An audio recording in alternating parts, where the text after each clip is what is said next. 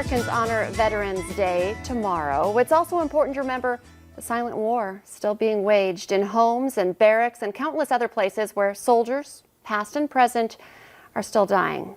22 former and active duty service members commit suicide every day, according to the Department of Veterans Affairs.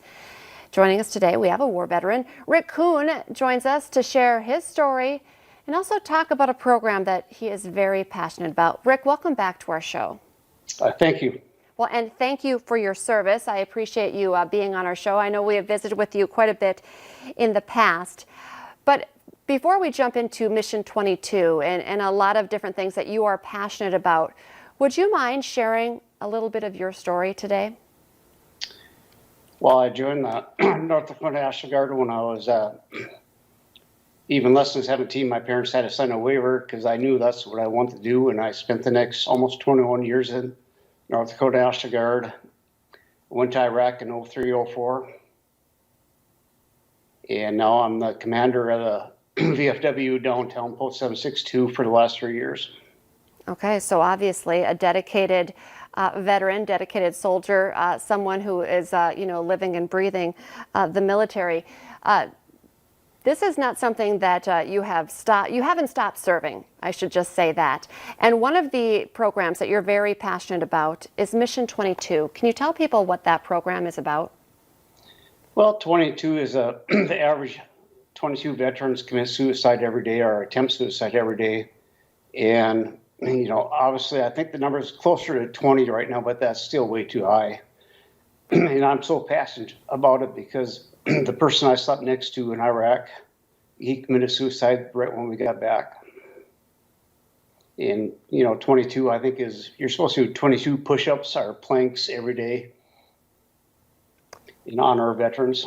Yeah, we talked about that off the top. I think that is a great challenge that you see on social media when there are so many that are don't have a tie to something so important. The 22 challenge is something that I think is really incredible. Kind of to have that conversation. Can you talk a little bit about, it's a hard story, and I'm so glad that you're willing to share it with us today. We hear 22, and if we're talking 17 to 20, I like that you pointed out it doesn't matter. One is too many. Talk a little bit about what is happening and why this is happening in your view, why suicide is happening amongst our veterans. Well, it's not due to Congress. Congress, they put $10 billion a year at the effort to help decrease suicide. The problem is that the money's not going into the right places. It's got to be spent in our local communities, because 70% of the veterans that do commit suicide never reach out to the VA or the programs that are available to them. So obviously we got to get the money to where it needs to be, and that's in our local communities. And whether it's through your church services, VFWs, American Legions, AMVETS, the money's got to be getting, that's where the problem lies, in my opinion.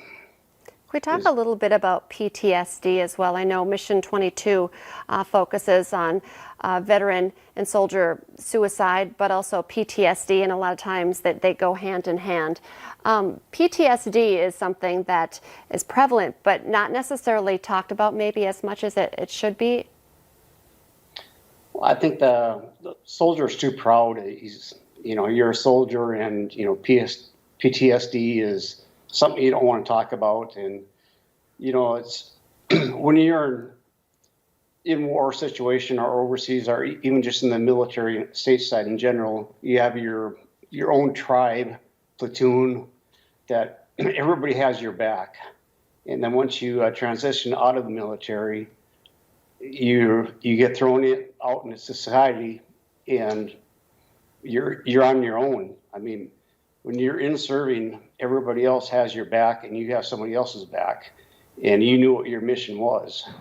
And I think the military needs to do a lot better job of training soldiers to transition back into the regular society.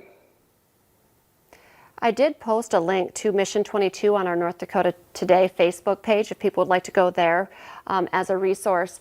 I know I only became familiar with this Mission 22 after meeting you and visiting with you, and I know last year you were wearing 22 t-shirts. Can you talk a little bit, there you got it on today too. I know this year Veterans Day is going to be different because of the pandemic.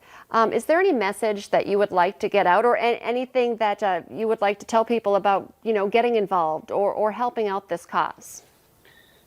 Well, I mean, now with COVID going on, it's even more prevalent. I mean, people are staying at home. You're told to quarantine for, 10 days, 14 days, and it's a lot easier to slip back into that, depression, anxiety state and start drinking more or turning to drugs. So get involved with your VFW, find your own self-worth out there. For me, it's going down to the VFW and being part of something, and because you don't have your football games, your baseball games, basketball games that you can go out to, and find a hobby, find something that you can get involved with, and just be aware of your feelings inside, I guess. It's a great message to share. Rick, thank you so much for your time today. Thank you for your service and great advice.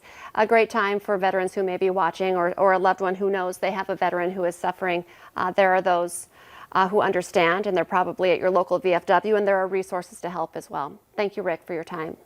Thank you. We'll be right back here on North Dakota Today.